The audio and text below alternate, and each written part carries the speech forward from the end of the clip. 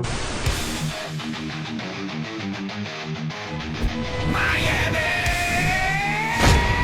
To mission control, we have liftoff. Phinhub!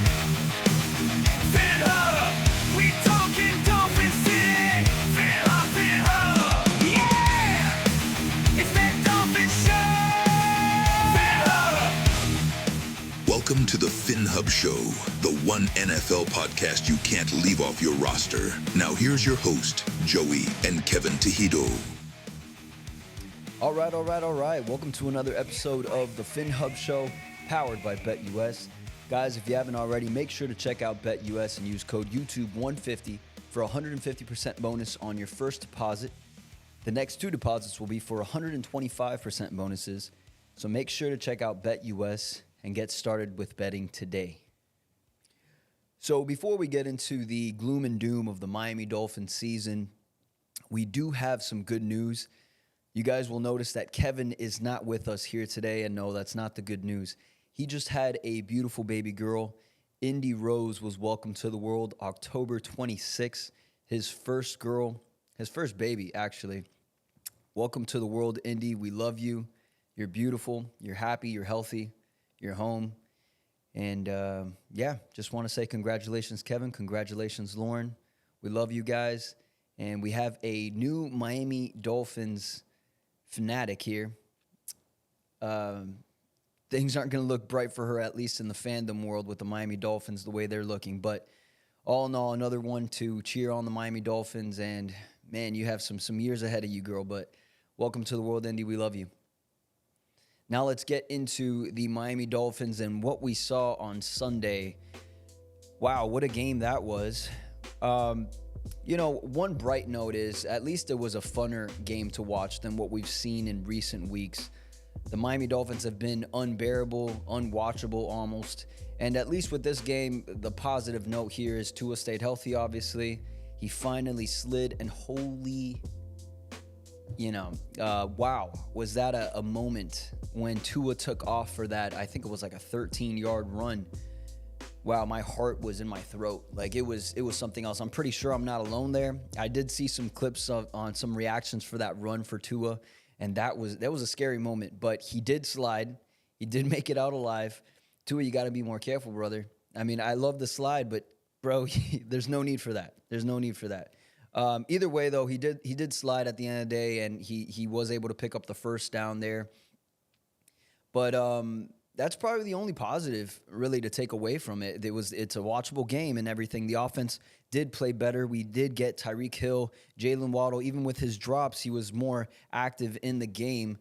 Everything was better overall. The offensive line had a good game. Overall, I could say offensively we were a better team, obviously, with Tua back there. Defensively, we finally have an offensive game, and defensively we fall apart. And it was really in that second half that just destroyed us. I felt like the Dolphins were in control of this game for much in the game, and they just completely fell apart in that second half. Kyler Murray took off with Marvin Harrison Jr., and boy, is that kid something else. He's going to be really good in this league. He's going to be here for a while. That's a nice pickup by the Arizona Cardinals, and he's a fun guy to watch, definitely. Kyler Murray just destroyed and negated that blitz so bad, and just it was. I don't understand why the Dolphins continued to blitz after that. That was not a good call by Anthony Weaver to continue with that. We just didn't have it. You could see even early on that Sealer was missed, and he was out with an orbital fracture. That sounds painful. That he sustained in practice. Poor guy. Prayers up for him. And I don't expect him to be out too much longer. But still, he was obviously missed in that game. And we saw it there. Jalen Ramsey had a pretty decent performance all in all. Did give up a touchdown to Marvin Harrison Jr. there. Boy, it was just I don't know. I don't know what else to say on defense. David Long didn't look too comfortable out there. I wasn't impressed. And it's a shame. You know, you finally get the Dolphins offense rolling. and then the defense comes apart. And of course, that's just the way that it's been going this season. You know, you have one side of the field playing well and the other one just decides to act up. The season might be at a loss here. And I don't want to, I don't know if it's still too early to call. I mean, we are almost halfway through the season here. The Dolphins, they're running out of time. And we did see last season the Dolphins had almost run away with the AFC East, and the Bills just had that second half season. We also had that second half season going in opposite directions. So the Bills were able to pull it off. There's still a small possibility, a small chance, but the Miami Dolphins will have to go on a historic run here in this second half of the season to really make things, to really make it to the playoffs here. The AFC East, the AFC in general isn't looking too great, but still, the Dolphins aren't looking so good either. At this point, you make it to the playoffs if you're lucky by some miracle. And what are you really expecting there? And I know anything can happen once you get to the big dance, but still, what are the expectations for the Miami Dolphins, even in a playoff atmosphere? We're still small. The Mike McDaniel got away from the run. We became pass heavy with Tua under center. Tua, all in all, and let's talk about Tua a little bit. To be completely honest, I was impressed with Tua's performance. Yeah, he didn't really show a lot of signs of rust out there. He did have 2 botched snaps, one of them being really bad, where he has to push it out of the end zone for a safety, and that was definitely costly, especially once you look at the final score. It's tough. It's tough. But all in all, Tua did have a really good game. He was accurate, decisive. He made really good decisions with the football. And I was impressed with his performance. Jaylen Waddle's got to pick it up, obviously. I'm really going through the offense here, seeing where it is that we can get better. The run game was pretty decent. And look, there is no element to this Miami Dolphins football team where you could just poke at and you can say that's really what's going to turn this team around. I don't know what that is. The run game has been pretty good at times. The offensive line is one thing that we can all agree on that needs help, but even then, you saw last week against the Cardinals, it looks a lot better when Tua's back there. It really does. And that's what we mean. I guess that's what the front office means. I think that's what the coaching staff means when they say that the offensive line is good enough. I guess not really though. They're not. It's Tua's making them look better than what they are. And when Tua has to hold on to the ball a little bit longer, especially now with his injury history and the injury concerns, that's really where you start to wonder, like, what are these people doing? You know, the backup quarterback situation. There's so many different things that we can poke at, and I'm trying to find what it is that the Dolphins can do right now that would drastically turn this team around. The obvious answer before last week was get Tua in the game. Get Tua in the game, and we are a different team, which is not completely wrong.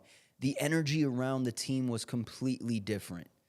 You could see Tyreek Hill, Jaylen, Waddle, and I think it even spilled over to the defense as well. Early on, the defense, they were doing their thing.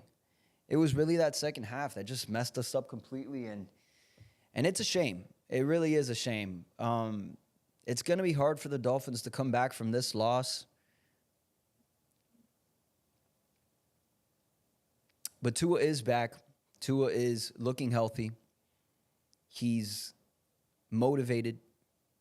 And I think the team is motivated. Somehow, at least from what they're saying, they still seem optimistic. And they're still in it to win it. Somehow. But you gotta wonder, what do the Dolphins do after another loss to the Bills next week, if that happens? Which is, at this point, seeming very likely.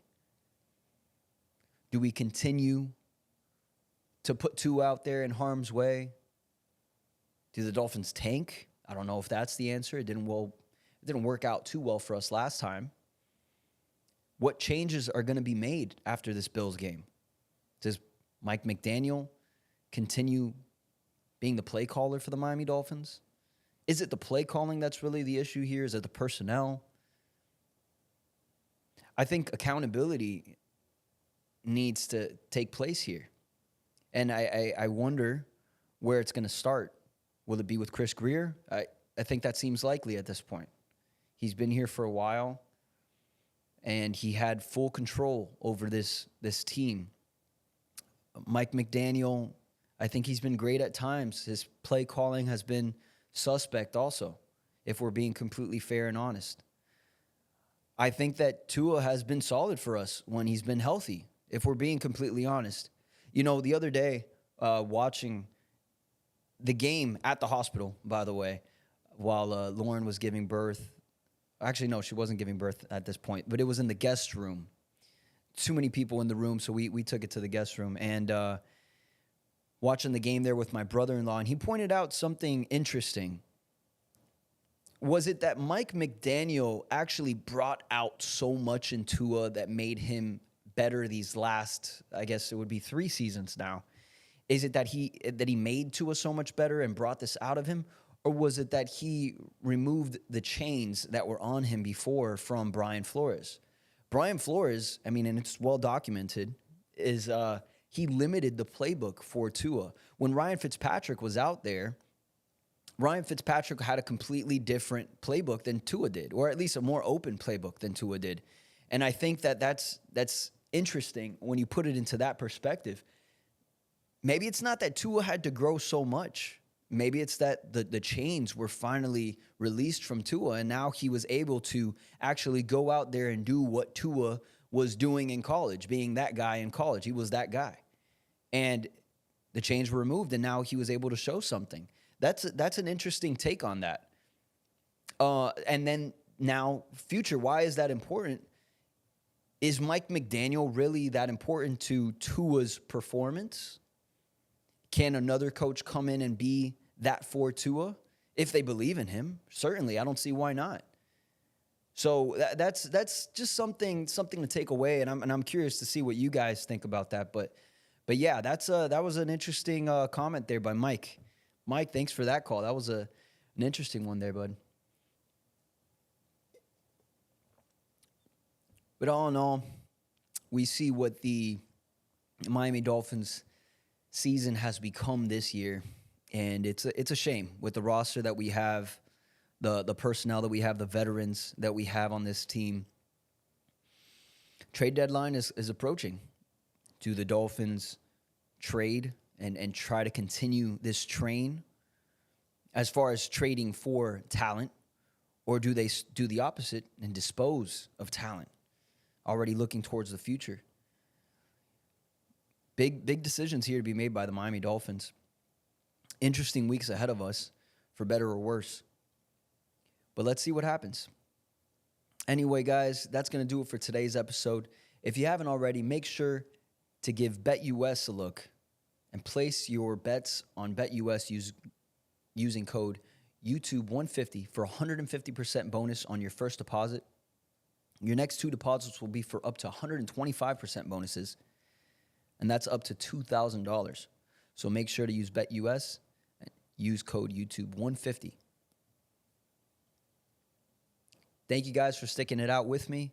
Kevin, congratulations. If you guys haven't already, make sure to give us a thumbs up, subscribe to the channel, and we'll catch you in the next one. Fins up.